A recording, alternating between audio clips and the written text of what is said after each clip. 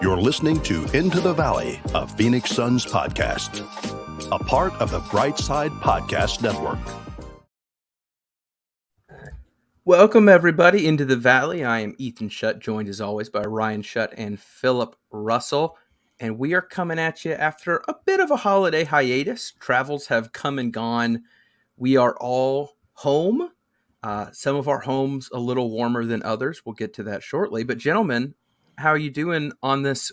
What a weird date. Wednesday morning. It feels like Saturday, but Wednesday just morning. Like we've always done, those nice Wednesday morning recordings. Absolutely. We're nothing but consistent. How are you guys doing?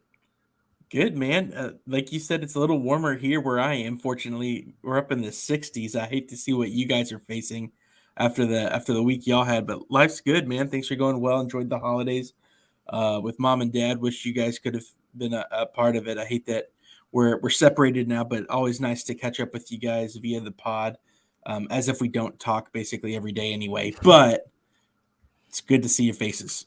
And Philip, how are you? How was baby's first Christmas? It was good. So we've kind of had... It was your first Christmas? Yep. We've kind of had 4 Christmases if you count all extended families. And there was snow on the ground at all 4 of them, which is kind of magical. So we told her, we're like, not that she understands, but we were like, you're never going to get that again. So enjoy it while it lasts. That's awesome. Yeah, I was in Indiana for in-law Christmas. Very, very cold, -16 at the lowest. You walk outside and it hurts to breathe, but it was a new experience. And we came home after being a week away to a gas leak in our house. So downstairs, as of about 10 minutes ago, was clocking in at 57 degrees. But luckily, we got some heat going upstairs. We're nice and toasty in here. And we get to hop on the old pod. And I know we joked about the weirdness that is a Wednesday recording. This is our last episode, guys, without having a set schedule. Wow. Really had you guys going there for a second. Starting Saturday morning, we are officially going to be rolling out Saturday morning episodes. After talking with Dave, the official king of Brightside, I believe. I'm not sure if that's his. I'm not sure what the title is. It's in the name. It makes sense. He and us, we kind of discussed us taking the time slot that was held dear by many Suns fans with the Solar Panel podcast. So we're going to be slipping in Saturday morning with our normal live YouTube episodes. So if you are a listener and you're looking to join us on Saturday mornings, feel free to do that. It'll be 10 a.m. Central, 11 Eastern. You Arizonians can do the math there. Your time decides to work differently than the rest of the world with daylight savings. So that's on you guys. But we're excited. So first episode with the new schedule in just a couple days. We hope you'll join us for that. And as always, thanks to Dave and the Brightside folks for helping us continue with this podcast. This is episode 79, I think. We're starting to get close enough to 100 where we got to start planning something special. Maybe some cool guests, or maybe Mikhail. I think he's got other things going on right now. Wait and find out. He's got some other stuff he needs to be doing right now. We've got 21 episodes to figure it out. Like remembering how to play good basketball. Yep, that would be the one. Hadn't got there and that yet. leads us into this. So let's talk Suns hoops, guys. I will filibuster this thing for one time this episode, and that is to get everyone caught up who might be listening but unable to watch the games. We have not recorded since December 11th. Like I said, holidays and travel got the best of us there. But since then, the Suns are 5-3. When we last recorded, we were coming off of a 4-game losing streak that ended up going... Oh, goodness. Who was the first one? No, it ended up going to 5, didn't it? We were recording on 4, and then they lost to the Rockets to make it 5. That's what happened. I remember we were optimistic that they had a get-right game, and then the Suns laughed at us. But since then, the Suns have beat the Clippers, then they beat the Pelicans, and they beat the Lakers. So they got some good momentum going, 3 straight NBA TV wins, and then lost to the Wizards, Grizzlies, and Nuggets before last night's win against the Grizzlies. Now, I think we've said this before, and we'll continue to say it. Due to us living in Kentucky for two of us, we can't watch Grizzlies games on TV. League Pass is blacked out. It sucks. I was not able to get the live full recording in this morning. I checked. All that I had were highlights, YouTube packages, which are, super great, and a box score. So when it comes to last night's game, if you are coming here for a full breakdown of that Grizzlies win, unfortunately, we will not be able to provide that other than kind of what we were watching online. But the Suns have been a bit of a mixed bag, winning record since our last recording, which is great. But injuries have continued. Biggest one of all, Devin Booker, out for 4 games, I believe, before coming back to play on Christmas and leaving 4 minutes into the game. Bit of a bummer there. But an exciting Christmas Day game, in my opinion, the best one of the day. Unfortunately, I think an entire half of the United States was probably asleep for it. I know I watched it on the East Coast. And it was brutally late. I thought so as well. It had the highest viewership of any of the late games in the last 7 years. It is the most watched late game in the last 7 years. There were a lot of eyes on that game. I was up very late watching that game, in bed at the in-laws on the iPad, holding in my emotions with every crazy, insane play. But not a horrible 2 weeks, I would say. We're not going to go through every single game trying to recap what happened, what didn't happen. I kind of just wanted to open it up before we go with our normal kind of ending to our episodes later on. Just kind of wanted to open the floor up to what stuck out to you guys maybe over these last couple weeks. Like I said, it's been a bit of a mixed bag. I don't think you can come away feeling like we have now cemented ourselves as contenders or cemented ourselves as a bottom of the league. Like, I think we're very much in the same general area that we were when we talked last time. But there have been some big wins. There have been some big moments in terms of health, rotations. Last night being one of the funniest lineups I've seen the Suns pull out in quite some time. A lot of stuff has gone on. So, Philip, I'll kind of kick it over to you first. What's maybe something that stuck out to you the most over the last week and a half, 2 weeks? The Suns have a Jaren Jackson Jr. problem. And I'm just going to use him to exemplify a bigger issue because you really notice it with the Grizzlies game. And again, we'll keep saying this. We didn't get to watch the latest game against the Grizzlies. I think because of all of our League Pass subscriptions being similar, we can go back and watch that on Friday. I think it's 3 days after the game. So we'll go back and watch it and see what the Suns did. We were able to watch the one on the 23rd. We were able to watch the loss on ESPN about a week ago, almost, but not last night. So we can watch all the Grizzlies games that are nationally televised when they play the Suns that day. But here's the problem. When the Grizzlies play Steven Adams and Jaren Jackson Jr., the Suns just don't have the size to compete with that kind of strength and athleticism. And again, they might have done this a lot better last night, but it's been a pattern that you can see against teams like the Grizzlies, against teams like the Nuggets, who Aaron Gordon played an outstanding game. Like that's a ridiculous trade for them looking back at what they had to give up for that. And the dunk aside, he was really good. And he is playing so well off of Jamal Murray and Jokic. Like, you put Jokic and Murray as a duo, they're working together. And then Aaron Gordon playing off of them, he's really good. And he plays really well down low. And he's a lot to handle because that man is big. So Jaren Jackson Jr., Aaron Gordon, and then everybody has a problem with it, but it fits the same mold. Zion Williamson, who we haven't talked since the Suns beat the Pelicans 118-114 a few weeks ago.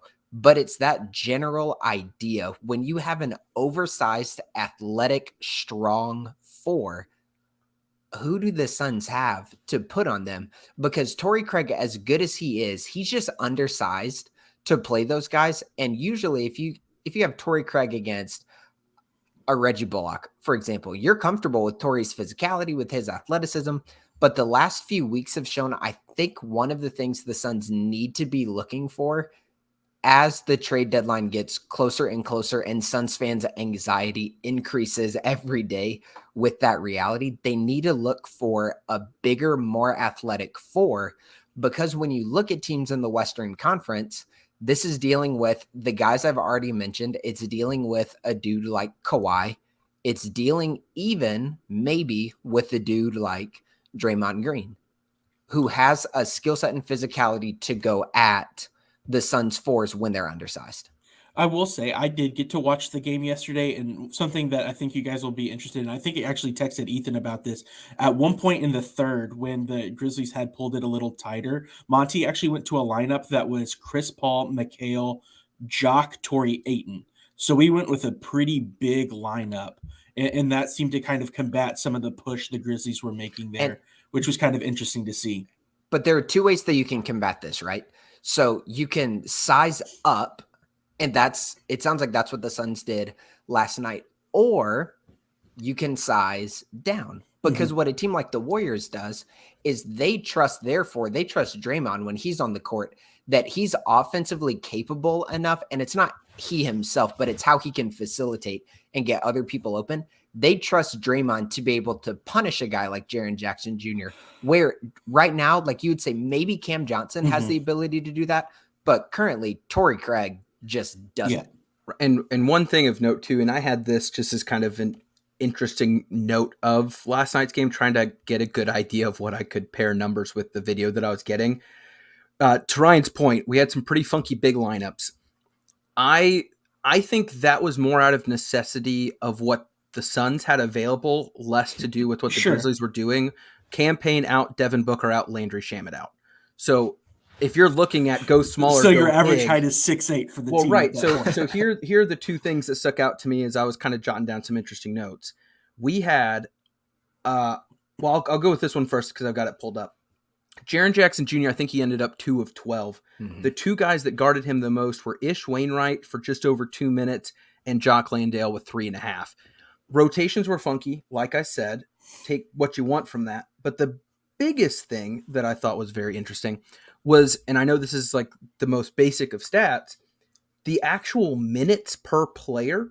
The Suns had all but 2 players play at least 20 minutes. Dario played 3. Sweet Dario, we love you. Best of luck. And Bismack played 14. Everyone else played somewhere between 21 and 27 minutes. So this was a full-on team effort in going through the game tracking. The Suns did, to Ryan's point, I think they extended biggest lead somewhere in like the 16-18 range. Maybe they cracked it past there, as from memory. So sorry about that. But it was never we're throwing in the bench. You know what I mean? Like this wasn't inflated minutes due to that. It was we're riding the hot hands. We're riding the hands that are working, which Dwayne Washington being the chief among them. My goodness, by the way. I know highlight packages only tell a part of the story. I look forward to watching the game so I can watch how he was on defense, to be honest with you. Offensively, though, going back and watching what the Suns put out last night, of all of his points, the guy was cooking, and he was doing one thing that I had not seen him do to that extent, which was creating for others. I'm all about the point total. Point total is great. What I loved the most is looking at what else he did, and I was pretty stinking impressed with 8 assists to 2 turnovers, add in a couple steals and some rebounds. Like, it was a very complete offensive game in a time where it was desperately needed. So we'll have to see what all comes of that. But again, they're kind of figuring out what to do without Campaign, Booker, and Shamet. And if you can get a win against a good, healthy team, that's great. Like, we went about it in a weird way, but I think it was more out of necessity than anything else. Yeah. And I think one of the things that's interesting is the Grizzlies did make a push. So as you two go back and watch it, we kind of hit a second gear about halfway through the third quarter. So the last half of the third quarter into the fourth was actually a really, really fun into that game, especially for a Grizzlies team where Ja over the last couple of weeks had been pretty confident in their standing in the Western Conference, and then ended up getting shellacked by the Warriors and then us shorthanded, which felt pretty good and adds just a little bit of spice to that game, which is fun. Ethan, you're on mute. That was, dude, I unmuted quick enough. You didn't have to call me out like that. I had it within half a second. Now the whole world's going to know I'm an idiot. Hey, that's okay. We still love you. Joey loves you. Whatever. No, the Ja Morant thing, what was funny to me about his interview, who you worried about, and I think he said the Celtics, right? Y'all saw that interview? Yeah, I can't remember if it was with Malika or someone else, but it was, and they're like, well, they're not in the West anyway. And he's like, I'm not worried about the West. What I loved is that it wasn't just bashed by Suns fans. It was bashed by a lot of people in the league. Simmons and Russillo, I think, mentioned it on their pods. One of them making the point of, if I'm a Memphis fan, the confidence is great, but at the same time, you need to do something to prove that you can say that. Like, that's weird, right? Like, I don't know. Maybe, I don't know. When that came out, I was like, my guy, that is not you. Like, if Jason Tatum was asked who you worried about, and he was like, the Warriors, I'd be like, fair enough. You have earned that, sir. Congratulations. Ja Morant, I'm like, my guy, like, where did you go out in the playoffs last year? What's the farthest you've made it? Like, I don't know. I guess it was like a Patrick Beverly answer. You know what I mean? Like, you're just saying this because you know how it sounds. Do you actually mean this? Like, you've got to be kidding if you're telling me Ja Morant's not worried about anyone in the West. Right? It kind of reminded me of the Javon Carter interview post game after he dropped like 30. And the interviewer was like, so like, when did you know you were getting it going? He's like, when I woke up. Yeah. That's what it felt like. I don't know. Philip, what were your thoughts as a general hoop fan when you see someone with his level of, I guess, qualifications, experience, success, maybe, have a line like that?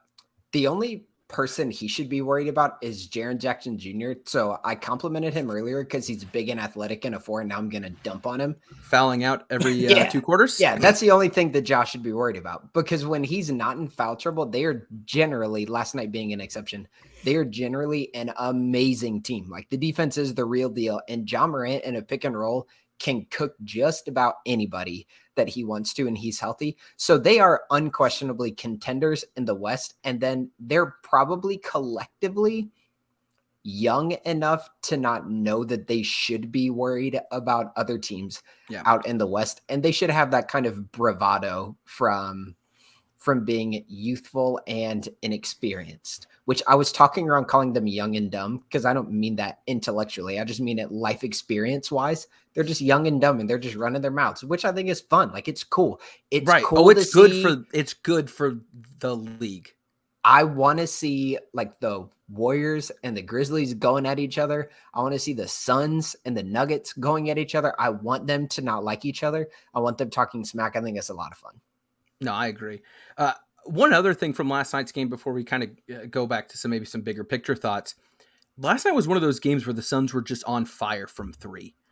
And it was coming from basically everyone. I think everyone except for Mikhail-ish and Okogie shot 50% or better from 3, including Jock going perfect from 3, perfect from the free throw line.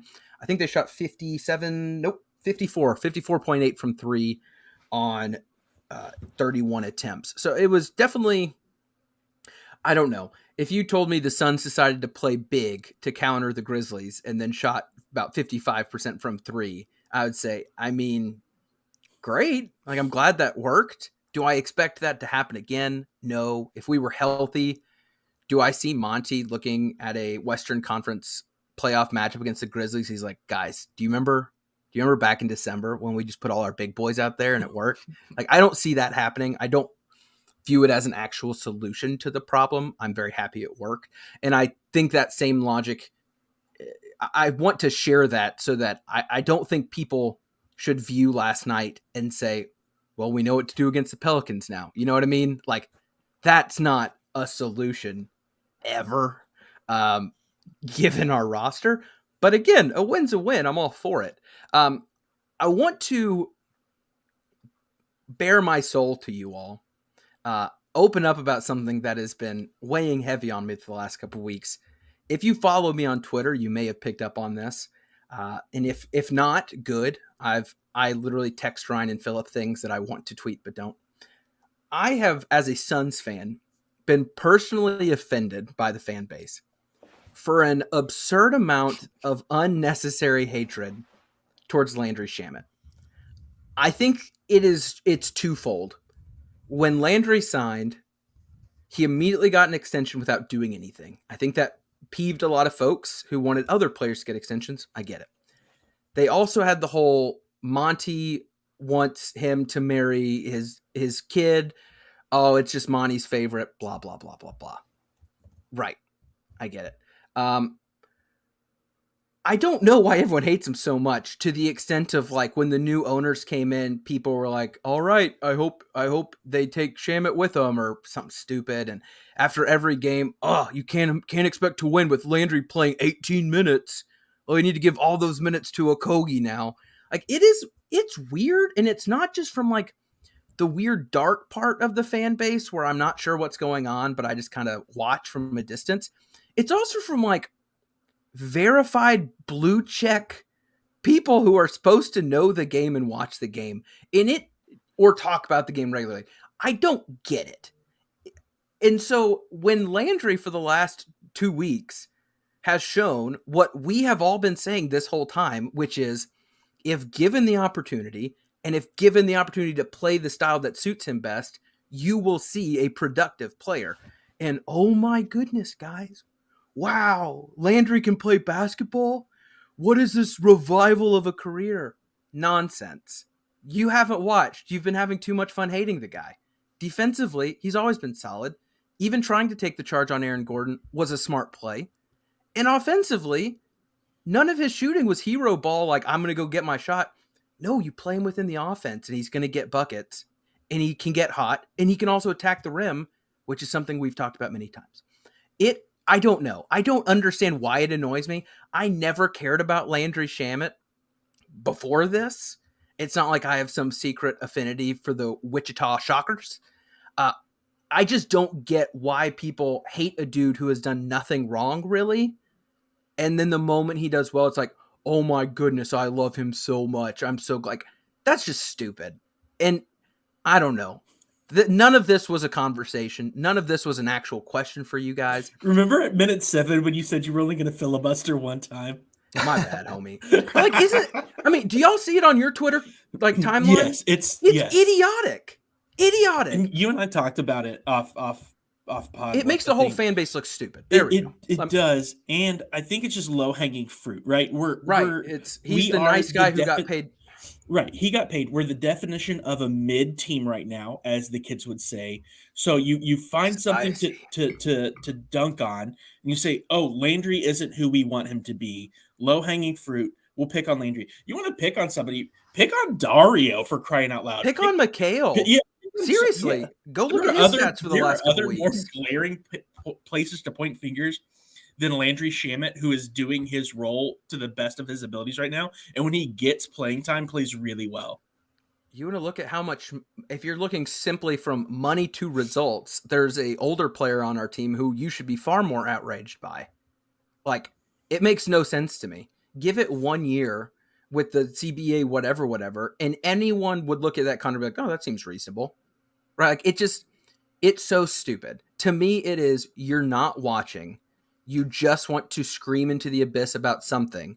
It seems like we all agreed about this one player. And I was trying to think through Suns teams in the past that has there been a player that the whole fan base just wants to crap on for fun and just seems to enjoy when they do bad so that they can yell at them. I don't want to be here. That's the last one I remember.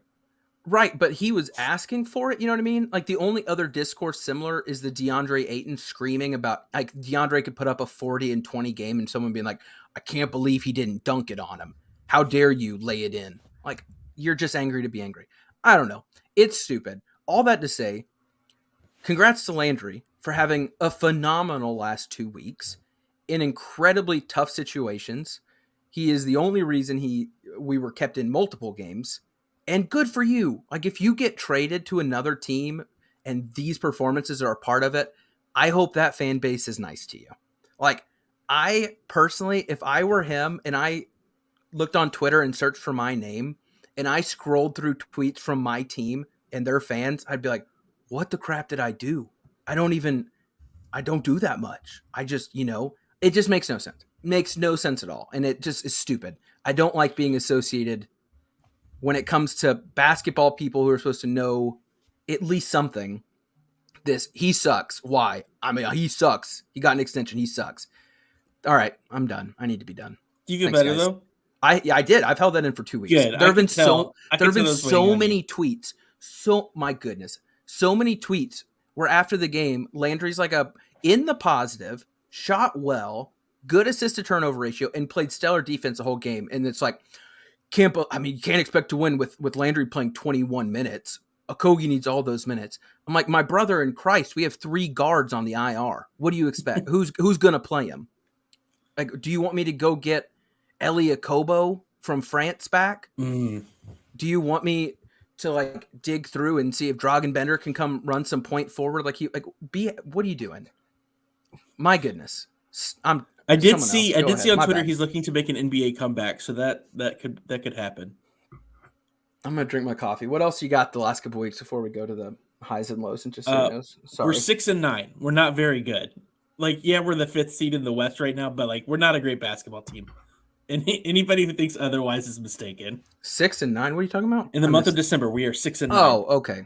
We are not playing very well right now. It's just funny when people are getting upset about results when half the team, half of the playoff rotation is missing to some extent.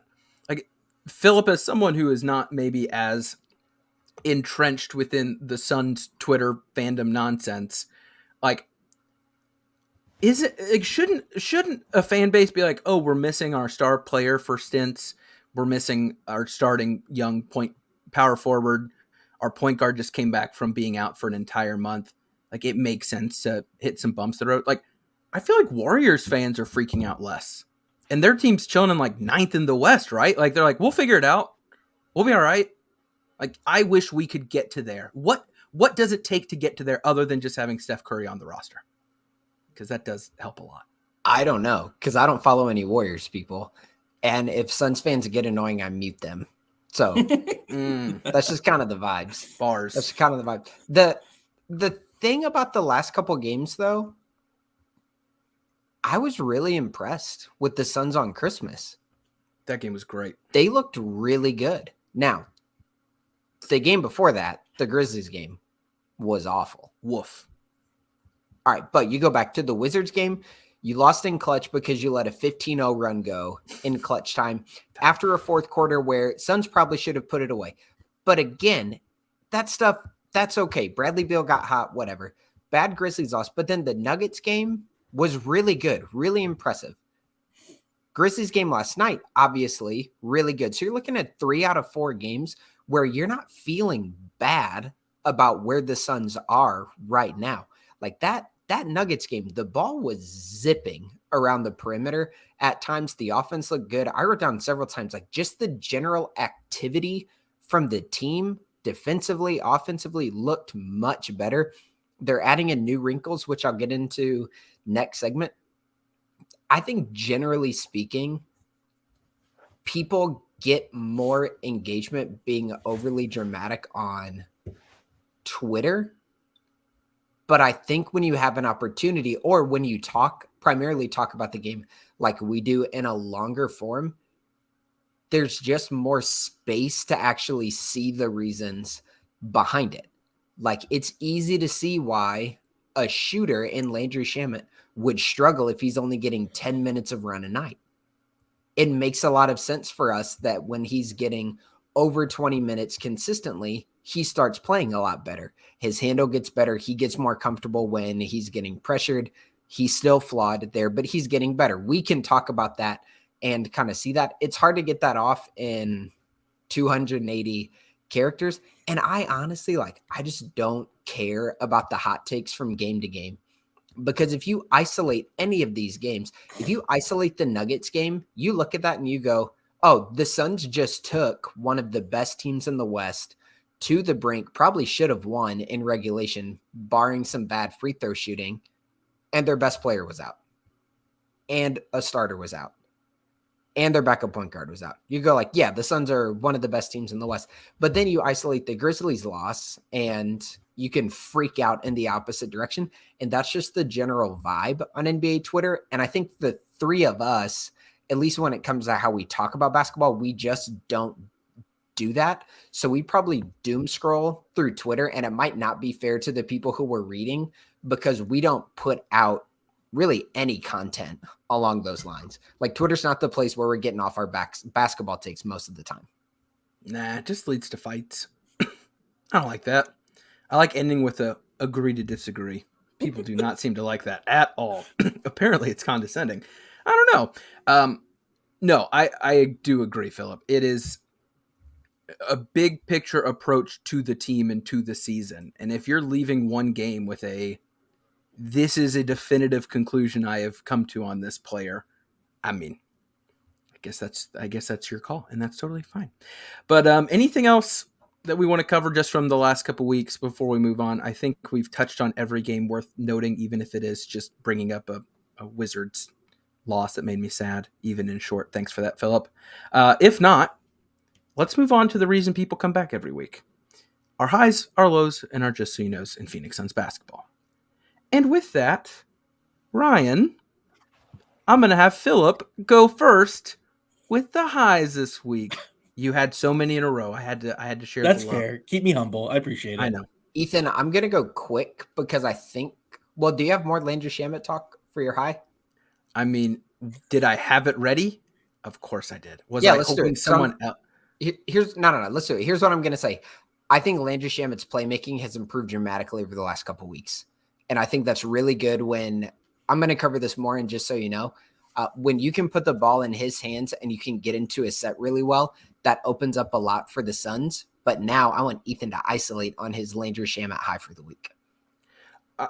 I mean, it was the facilitating. It was legitimately the way he was running the offense and creating for others, I think, is what blew people away because they didn't know it existed and it was there. And it was handling the pick and roll well. It was probing the defense, manipulating who steps up to find a cutting Jock or Busy or whoever.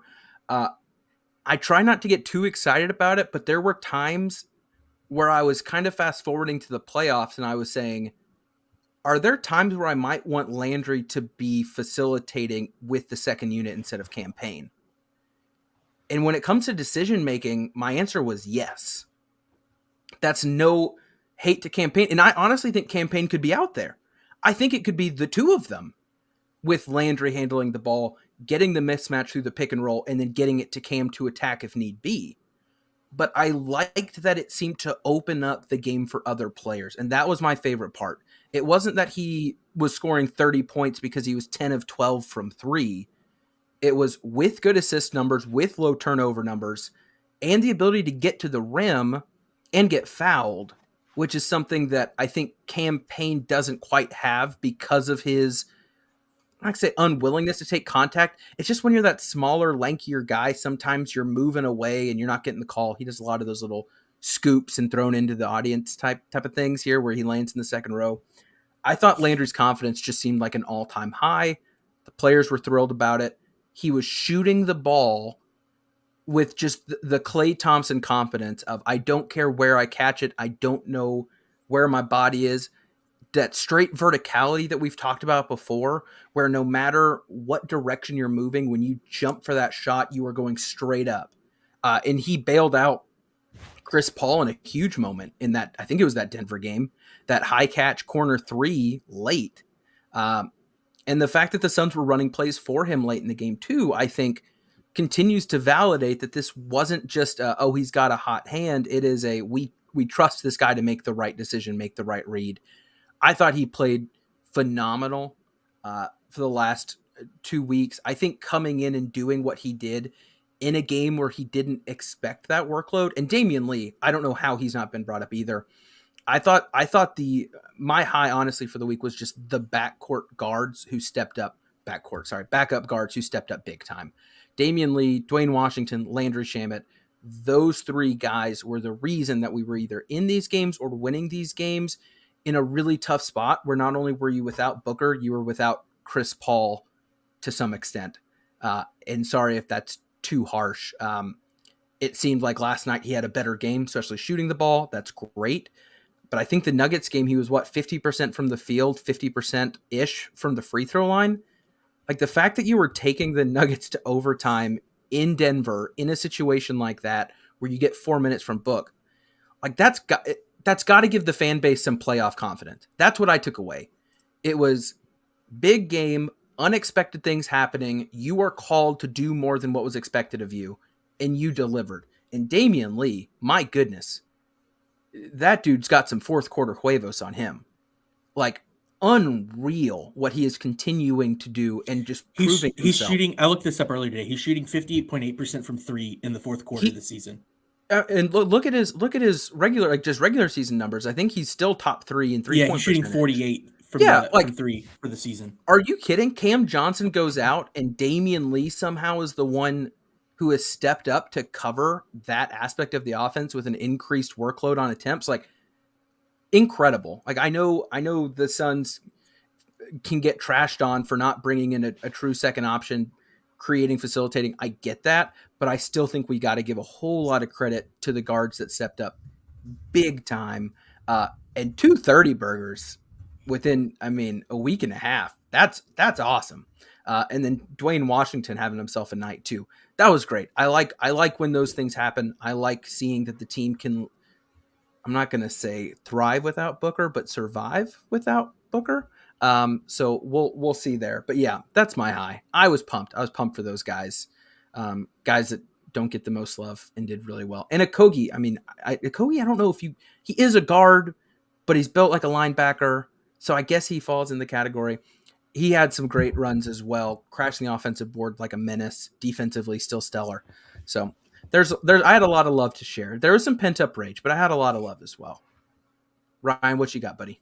One that we haven't touched on, and I'm surprised we haven't touched on, is Devin Booker single-handedly beating the Pelicans on December 17th.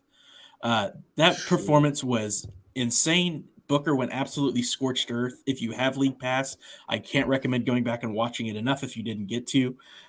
Devin Booker finished with 58 points, 5 rebounds, 5 assists. In the game, the Suns were down by up to 24 at one point. And he still led them to the win. And this is one of the craziest stats to me. At the end of the third quarter, Booker had 43 points on 76.6% true shooting percentage. All other Suns had 42 on 48% true shooting. The dude was incredible. It was one of the best single game performances of a player I think I've ever watched personally. It was unbelievable. I don't want to derail completely. I'm going to give myself a Q&A. I will keep my thoughts to myself. Devin Booker doing that was another reminder of something we've talked about of, does this guy have that thing that can put him into the top, let's say 8 players or so, right? And I think he does. I think he has shown that in terms of just offensive skill, he is on another level once he can do that, with consistency. And I think he's shown that this year. One thing that popped in my head while watching one of the Christmas games was watching Jason Tatum attack Giannis at the rim. Again, attacking Giannis at the rim. And I said, oh boy, that boy has officially moved into some other level of I'm that guy mode. Do you think that, I was trying to think of other Booker type superstars who have led teams to great successes. And that's more of the, not a bruiser yam on your head, more of a operate from the 2s and the 3s, mid-range 3-point shooting type of style. Outside of Steph, I couldn't think of anyone who that was their MO for scoring and they elevated to such crazy heights. Because other guys are like Dame's that way, CJ's that way, Kobe. Later Kobe was the last guy I could think of that really fit that model. But the way the game is moving, it just seems like a Tatum-built star makes more sense for who you're having to go against, if that makes sense. Could you think of anyone else? Because even Luka fits more of the, if you're just looking at spectrum, he's more on the Tatum side of things, the LeBron side of things, than the Booker Kobe side. And Steph is honestly just an anomaly. Like Steph is just doesn't. I think you have to put Klay Thompson in that too, though, right? Nah, he's not. He's not leading your team. I'm saying leading your team to greatness. I think feel if like you some of those Suns teams, he was right there along. But I see what you're saying.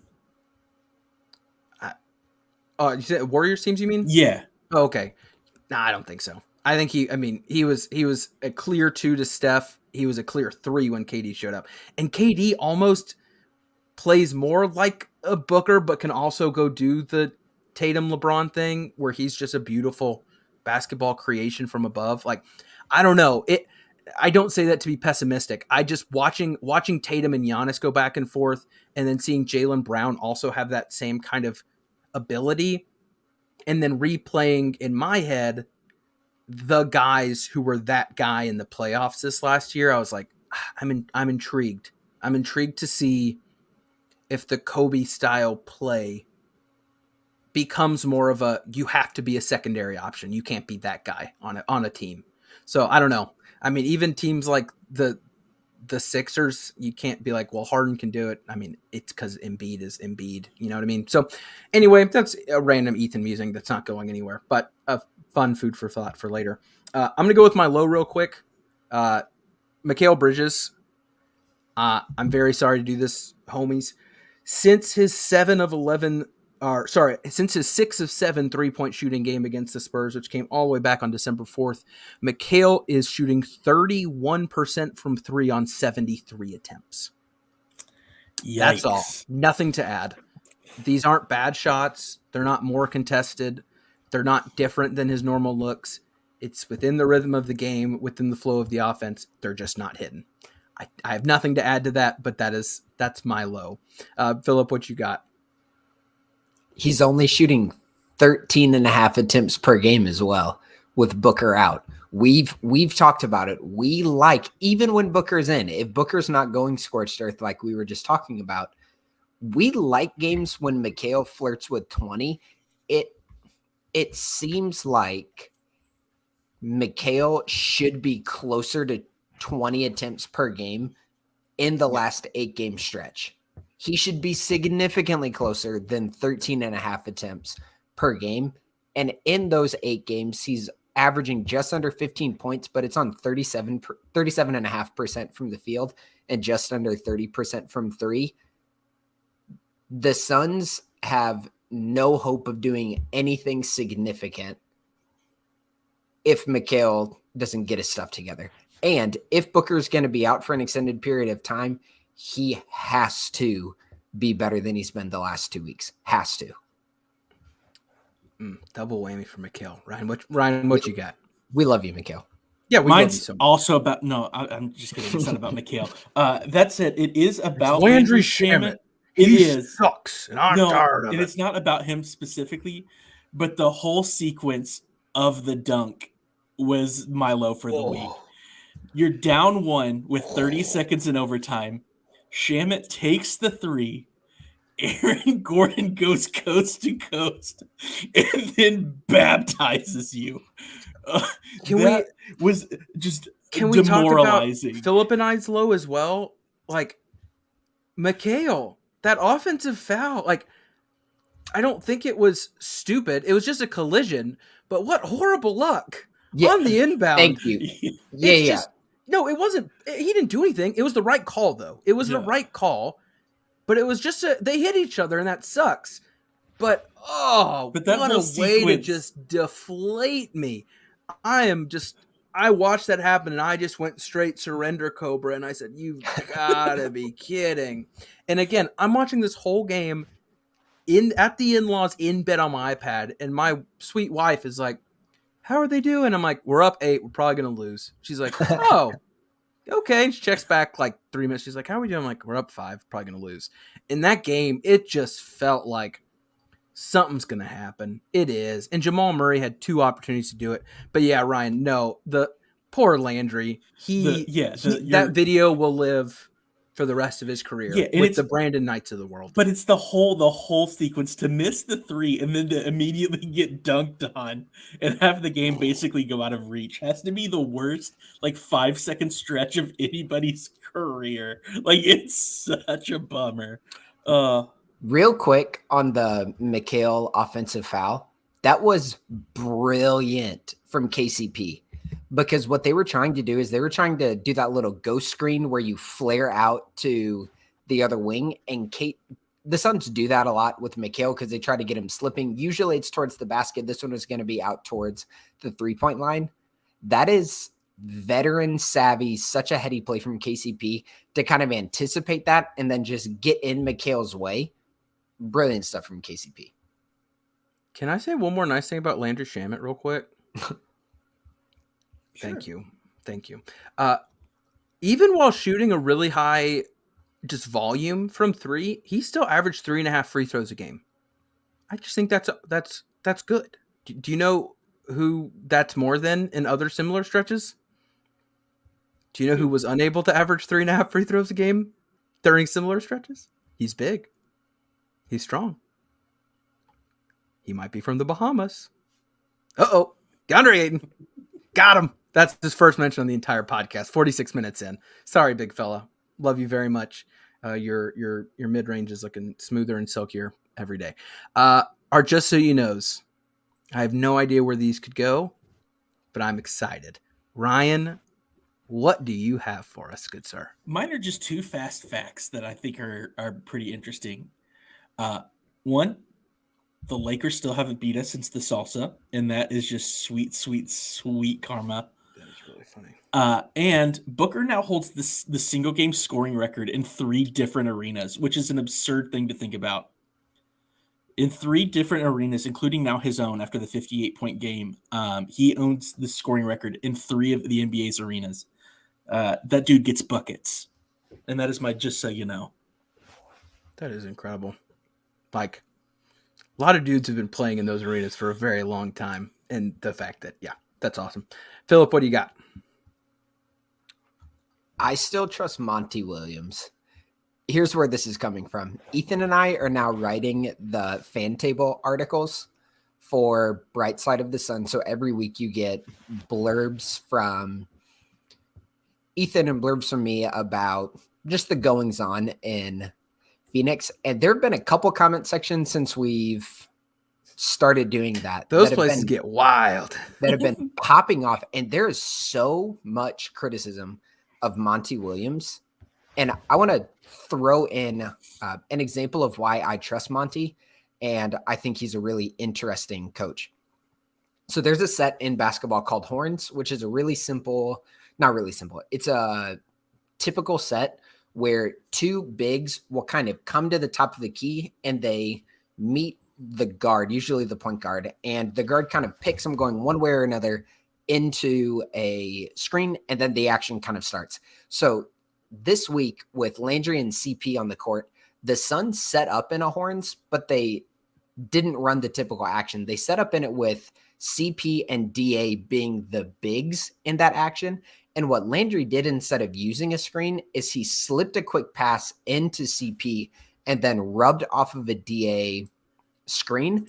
And then what that initiated was a pick and roll with DA. Now, the reason I like that stuff so much is that got Chris Paul 1 dribble away from the mid-range instead of starting his pick and roll with DA out several dribbles, a dribble behind the 3-point line. I thought that was really sneaky. It was a good way to get Landry open if DA set a really good screen. It was a good way to get DA and CP going in an area of the court where they might be more comfortable, and it's a more efficient action because there are less dribbles and decisions that need to be made from that part of the court. And that was just a different wrinkle than we've seen. So pretty much as always, and since we've started this podcast, I'm a big Monty fan, and I think the Suns run really interesting stuff, and some of that might be lost to the last couple weeks just because of the lineups that they've had to run out on the court. Yeah, I don't know. I part of me feels like Monty crap is more we want to be upset at things, so we find someone to pick. I'm 100% with you there. My just so you know, it's not anything nailed down. It's just some fun team stats that I wanted to bring. I think some of them may be surprising. Some of them were surprising to me, and I think some of them will be very obvious. One of which is that the Suns are almost the worst in the league at defensive rebound percentage. That's something you hear and you're like, yeah, that probably makes sense to me. A stat that I do think is very interesting is that the Suns right now are 4th in net rating, which I think is a pretty solid team efficiency on both sides thing. And the reason I bring that up, actually, let me have one more stat and then I'll continue. They're also in 1st in the entire league in assist to turnover ratio, which I think might surprise some people. What I like about both of these stats that I think are very much a indicator of how the offense is flowing specifically with one and also just the team in general is the Suns are maintaining those levels of efficiency and success even while losing more games than we would come to expect. This is not a we suck, we're losing. This is we're even maintaining a lot of good performances within some disappointing losses. The Wizards one being a great example. I also think it's a really, really, really good reminder of the success the Suns are having while missing so many vital pieces. And I don't know if we've just been so spoiled the last 2 seasons that we're just choosing to ignore that. But if you told me that the Suns would be without Chris Paul for almost a month, that Cam Johnson would play, I think, single-digit games and has been out for months now. Devin Booker has missed over 5 games within the first third of the season. I mean, go down the line. Campaign's now been out for a while. Landry's had multiple games missed. Mikhail is invincible, I guess, still. Like, that's nuts to me to see those numbers and realize what the team has gone through to maintain those numbers. And that shows that means guys are stepping up to fill spots that are big. Torrey Craig, who still has some knucklehead plays, has been playing at a really high level to maintain that for the team. Landry, a Dwayne, a Damian Lee are stepping up when needed to fill those voids.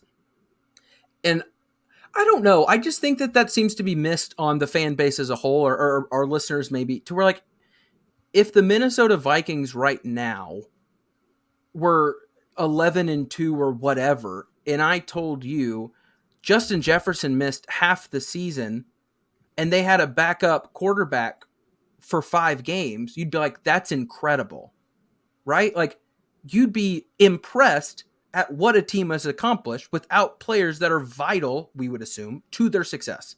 Yet the Suns are doing that. And then on an even more just, if you're looking box score, you're like, well, we get whooped by bad teams, we beat good, whatever. Like, in the Western Conference, we're 2nd in point differential. We're not 2nd in the standings, but we're 2nd in point differential. I think like we're 4.5 or something. We're not that far behind. The team is doing well despite the injuries. I think it's okay to have some semblance of optimism that says once this team is healthy, there is another level that we can expect. So I know a lot of people are throwing all their eggs in the basket of new ownership, big trade deadline, this is it, make or break. And yeah, I'd like to see some movement. I think anyone would. If you could make improvements, make improvements. But the more I look at what this team has been able to do, the more I start saying, you know what? If we could just have this team healthy, maybe they're a little better than even we're thinking, right? And you look at how the season started off when people were healthy and everyone was kind of figuring it out. And you're like, this makes sense. And again, we have Jay Crowder costing money. I guess not, who knows, sitting on the bench.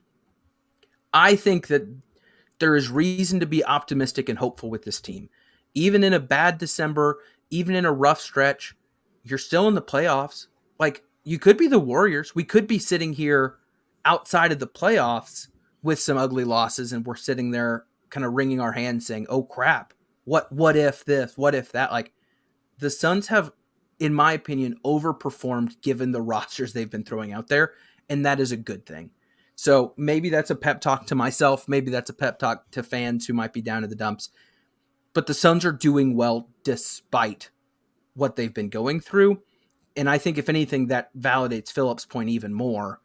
Maybe that means they're being pretty well coached and well led to handle a different starting five every other game, a different group of subs coming in every other game. Maybe we should be all right about this and not think the sky is falling when we lose a couple games in December or have a crummy loss to Washington, right? Like, things are all right. And I know Eddie Johnson, who can annoy some folks, I believe, maybe, likes to do the "we're good" tweet after like every loss. I'm not saying blind faith, just saying we're the Suns, we're good, but I'm just saying look at the numbers, look at what we've been able to do. Maybe slow down a little bit on throwing away all the optimism. But gentlemen, anything else that you would like to bring to the table before we call it a wrap? I was going to include this in my Just So You Know, but I figure I'll give it just a moment here. If you listen to our last episode, my Just So You Know was plugging Brightside Night with the Suns. I was hoping. And I just wanted to give a shout out to the new owners, the Ishbia brothers, who made a $100,000 donation to Brightside Night and are sending 7,000 more kids to the game. So we're super grateful for that. They helped us out here at the Brightside Network with that. And we would continue if you are looking for a way to give back this holiday season. If you go to suns.com/brightside, even if you just buy one $15 ticket, that'll send 2 kids to Brightside Night in January against the Raptors. We'd love for you to participate in that. But shout out to the new ownership for making a pretty big splash here, at least with our side of the fandom here early. Really respect them for that and appreciate them helping us out. And shout out for getting rid of Robert Sarver. Thank you for doing that as well. Also that, yes. But the kids. We're here for the kids. Also the kids. Philip, what you got for us, buddy? Go Sun. Hey. For Philip and Ryan, I am Ethan Shutt. This is Into the Valley of Phoenix Suns podcast. We out.